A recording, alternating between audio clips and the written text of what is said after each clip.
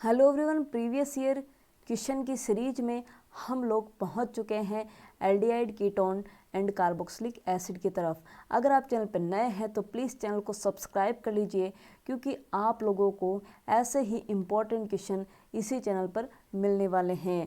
तो aldehyde ketone and carboxylic acid के 2018 के क्वेश्चन की तरफ हम चल लेते हैं। बच्चों, हमारे पास क्या है, 2018 के क्वेश्चन है, फिर हम 2019 के देखेंगे, 2020 के देखेंगे।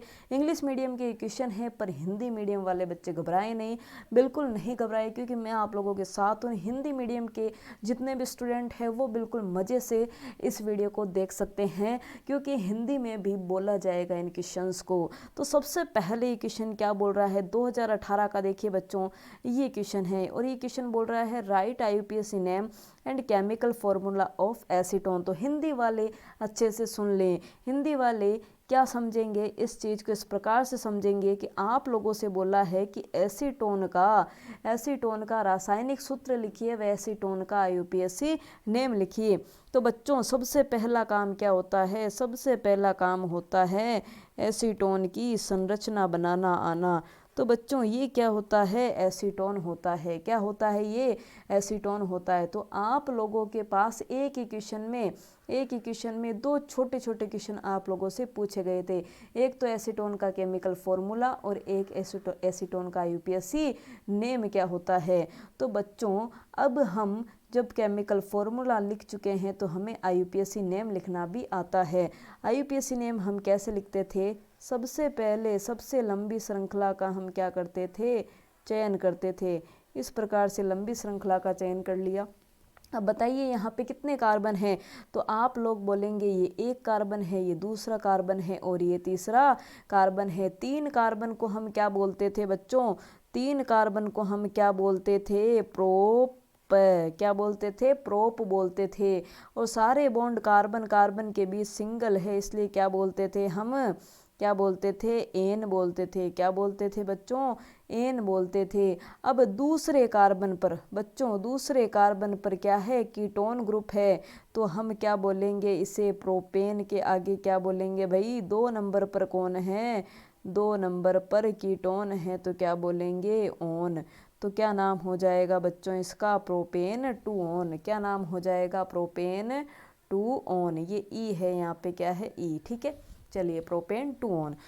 तो आई होप आप लोगों को समझ में आ गया होगा। बिल्कुल ऐसे ही इजी से क्वेश्चन आप लोगों से पूछे जाएंगे। अब हम चलते हैं अगले क्वेश्चन की तरफ। अगला क्वेश्चन क्या बोलता है, arrange the following compounds in the descending order of their reactivity towards nucleophilic substitution reaction. और ये बहुत ही मज़ेदार क्वेश्चन है। मैंने मेरी जितनी भी क्लास हुई है ऑफलाइन क्लास, सब में इस क्वेश्चन को, जितने भी मेरे स्टूडेंट हैं सबको बहुत ही मज़ेदार तरीके से करवाया हुआ है। और कैसे करवाया हुआ है कि भूख कैसे लगती है उसके अकॉर्डिंग मैंने एक ट्रिक बना रखी है। उस ट्रिक के अकॉर्डिंग मैंने इस क्वेश्चन का आंसर मेरे सभी बच्चों को करवाया है। तो आज हम ये क्वेश्चन जो है देख लेते हैं कि इस क्वेश्चन का आंसर भी आप लोगों को कैसे करना है। तो जितने भी बच्चे हैं वो ध्यान लें, जितने भी बच्चे हैं वो ध्यान दें कि क्वेश्चन क्या बोल रहा है कि नाभिक स्नेही प्रतिस्थापन यानी न्यूक्लियोफिलिक सब्स्टिट्यूशन रिएक्शन के प्रति कम क्रियाशील कौन है और ज़्यादा क्रियाशील कौन है, उसको आप एक सही क्रम में, एक सही ऑर्डर में जमा दो। बस ये इतना सा क्वेश्चन है। तो बच्चों देखो, इस क्वेश्चन को कैसे सोल्व करना है। क्वेश्चन में दिया क्या क्या, ये है, ये है, ये है, इन सबको पहले लिखो आप। तो चलिए लिखते हैं हम। हमने लिखा, हमारे पास क्या है भाई, CH3 है, हमारे पास क्या है, C डबल बॉन्ड OH है। ठीक है, हमने लिख दिया। और हमारे पास क्या है, सेकंड ये वाला, ये क्या है, H है, C है, डबल बॉन्ड O है और H है। और ये हमारे पास क्या है, ये है हमारे पास CH3, C double bond O, और ये क्या है, CH3, यानी एसीटोन है हमारे पास, यानी हमारे पास ये एल्डिहाइड है। और एक और हमारे पास क्या है, एल्डिहाइड है। ठीक है, तो बच्चों आप लोग देख रहे हैं, ये वाला क्या है, एल्डिहाइड है, ये भी क्या है, एल्डिहाइड है, और ये क्या है, कीटोन है। ठीक है, चलिए अब बात ये आ रही है कि नाभिक स्नेही प्रतिस्थापन यानी कोई न्यूक्लियोफाइल आएगा। इसका मतलब न्यूक्लियोफाइल क्या होता है बच्चों, नेगेटिव वाला। ठीक है, न्यूक्लियोफाइल क्या होता है, नेगेटिव। हम एक नई स्लाइड पे समझ लेते हैं। चलिए हम थोड़ा आगे चल लेते हैं। एक नई स्लाइड पे हम समझते हैं इस चीज़ को। चलिए, बात कुछ ऐसी है, मज़ेदार सी बात है और क्वेश्चन बहुत मज़ेदार है, इस बार आ सकता है आपके एग्ज़ाम में। देखिए क्वेश्चन क्या बोल रहा है ये आप लोगों को समझना है। आप लोगों के पास क्या है, आप लिखिए पहले। आपके पास है HC डबल बॉन्ड OH, एक ये है। एक आपके पास क्या है, CH3C डबल बॉन्ड OH है। और आपके पास क्या है, CH3C डबल बॉन्ड O और CH3 है। ठीक है, ये अपना बाहर चला गया थोड़ा सा, इसको यहाँ लिख लेते हैं CH3। ठीक है, ये है। ठीक है, अब बात ये आती है कि कोई नाभिक्स नहीं आएगा, यानी न्यूक्लियोफाइल आएगा, यानी नेगेटिव वाला आएगा। अब देखो बच्चों, वो यहाँ पे अटैक करेगा, ठीक है जी, वो यहाँ पे अटैक करेगा, ठीक है जी, और वो यहाँ पे अटैक करेगा। ठीक है, बात सही है। तो वो तीनों जगह पे क्या करेगा बच्चों, अटैक करेगा। अब बात ये आती है कि कहाँ पे वो अच्छा अटैक करेगा। बात क्या है, कहाँ पे वो अच्छा अटैक करेगा, यानी फास्ट कहाँ करेगा, यहाँ पे करेगा, यहाँ पे करेगा या यहाँ पे करेगा, कहाँ पे फास्ट अटैक करेगा। तो आप खुद अक्ल लगाओ, ये क्या है, माइनस वाला है। इसका मतलब इस जगह पे क्या होगा, कोई प्लस वाला होगा, इस जगह पे क्या होगा, प्लस प्लस। ठीक है, तो हम देखते हैं कि ये वाला बॉन्ड इधर घूमता है तो यहाँ क्या आता है, माइनस, तो कार्बन पे ऑटोमेटिक प्लस। ये बॉन्ड इधर घूमता है तो यहाँ क्या आता है, माइनस, तो यहाँ ऑटोमेटिक क्या आ जाता है, प्लस। ये बॉन्ड इधर घूमता है तो यहाँ पे क्या आता है, माइनस, और यहाँ पे क्या आएगा, माइनस, और यहाँ क्या आ जाएगा, ऑटोमेटिक प्लस। अब बात ये आती है कि भाई साहब हमारे पास ये माइनस है और माइनस हमेशा प्लस पर अटैक करता है। सही बात है, आपके पास ये माइनस है और माइनस हमेशा किस पे अटैक करेगा, प्लस पर अटैक करेगा। तो बात ये आती है कि जो जितना प्लस होगा, यानी जो जितना बड़ा प्लस वाला होगा उस पे ये माइनस उतना ही अच्छा अटैक करेगा। ये आप लोग समझ रहे होंगे। और प्लस वाला कौन होता है बच्चों, प्लस वाला वो होता है जिसके पास इलेक्ट्रॉन की कमी होती है, और माइनस वाला कौन होता है, जिसके पास इलेक्ट्रॉन बहुत ज़्यादा होते हैं। यानी प्लस वाले के पास इलेक्ट्रॉन की कमी है, यानी प्लस वाला क्या है, क्या है, थोड़ा सा भूखा है, यानी इसको क्या लगी हुई है, इलेक्ट्रॉन की, इसके पास क्या है, इलेक्ट्रॉन की कमी है, इसको इलेक्ट्रॉन की भूख लगी हुई है। तो हम क्या बोल सकते हैं कि प्लस वाला जो होगा, प्लस वाला जो होगा उसके पास क्या होगी, इलेक्ट्रॉन की कमी होगी। प्लस वाले के पास क्या होगी, इलेक्ट्रॉन की कमी होगी। इसका मतलब आप लोग यहाँ पे देखिए, कमी तो यहाँ पे भी है, कमी तो यहाँ पे भी है, और कमी यहाँ पे भी है, लेकिन ज़्यादा कमी कहाँ पे है, ज़्यादा कमी हम लोग देखें, ज़्यादा कमी कहाँ पे है, तो देखिए इसके पास एक हाइड्रोजन, इसके पास एक हाइड्रोजन, इसके पास एक CH3 ग्रुप है, ये देने वाला है, और यहाँ पे दो दो CH3 ग्रुप है, ये इसको देगा और ये भी इसको इलेक्ट्रॉन देगा। इसका मतलब इस कार्बन के पास इलेक्ट्रॉन की कमी नहीं है, क्योंकि इस CH3 ने और इस CH3 ने क्या करा है, इस कार्बन की इस इलेक्ट्रॉन की कमी को क्या कर दिया, पूरा कर दिया। इसका मतलब यहाँ पे प्लस इतना अच्छा नहीं है, इसका मतलब यहाँ पे इतना अच्छा प्लस नहीं है। इसका मतलब यहाँ पे हम लोग क्या बोलेंगे कि ये जो माइनस वाला आएगा वो इतना जल्दी से नहीं आ पाएगा, वो थोड़ा धीरे धीरे आएगा। और यहाँ पे एक साइड से इलेक्ट्रॉन मिल रहा है, यानी प्लस यहाँ पे थोड़ा बहुत है, और यहाँ पे ये हाइड्रोजन लगे हुए हैं, और हाइड्रोजन अपना इलेक्ट्रॉन कभी भी नहीं देते हैं। इसका मतलब यहाँ पे इलेक्ट्रॉन की कमी अभी भी है, सबसे ज़्यादा भूख यहाँ पे लगी हुई है इलेक्ट्रॉन की। तो मेरी भाषा में आप लोग सिंपल ऐसे समझ सकते हैं, फिर से समझिए एक बार। आपके पास क्या है, आप फिर से समझिए, आपके पास HC डबल बॉन्ड OH है, आपके पास CH3C डबल बॉन्ड OH है, आपके पास CH3C डबल बॉन्ड CH3 है। ठीक है, ये है आप लोगों के पास। ठीक है, अब आप लोग यहाँ पे देख सकते हैं, अब आप लोग यहाँ पे देख सकते हैं, यहाँ पे क्या है, एक डबल बॉन्ड है। ठीक है, यहाँ पे ये अपना इलेक्ट्रॉन इसे दे रहा है, ये CH3 भी अपना इलेक्ट्रॉन इधर दे रहा है। तो यहाँ पे क्या बताओ, भूख है क्या, इलेक्ट्रॉन की कमी है क्या, नहीं है इलेक्ट्रॉन की कमी, तो छोटा सा प्लस लगाना है, बिल्कुल छोटा सा प्लस। यहाँ पे एक ही साइड से इलेक्ट्रॉन मिल रहा है, यानी थोड़ा भूख ज़्यादा है।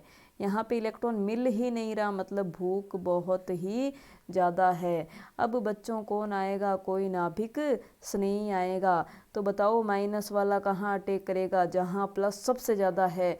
और प्लस सबसे ज़्यादा कहाँ पे है, प्लस सबसे ज़्यादा यहाँ पे है। इसका मतलब सबसे ज़्यादा क्रियाशील कौन हो जाएगा, ये हो जाएगा। फिर बताओ कहाँ जाएगा, जहाँ पे थोड़ा कम प्लस है यहाँ पे, तो फिर ये हो जाएगा। और सबसे छोटा ये है, फिर ये जाएगा यहाँ पे। इसका मतलब ये क्या हो जाएगा आपका, एज इट इज़ आपका क्या हो जाएगा, आंसर हो जाएगा। और इस बार ये एग्ज़ाम में पूछा जा सकता है। तो आई होप आप लोगों को समझ में आ गया होगा कि कैसे आप लोगों को इस क्वेश्चन को सोल्व करना है।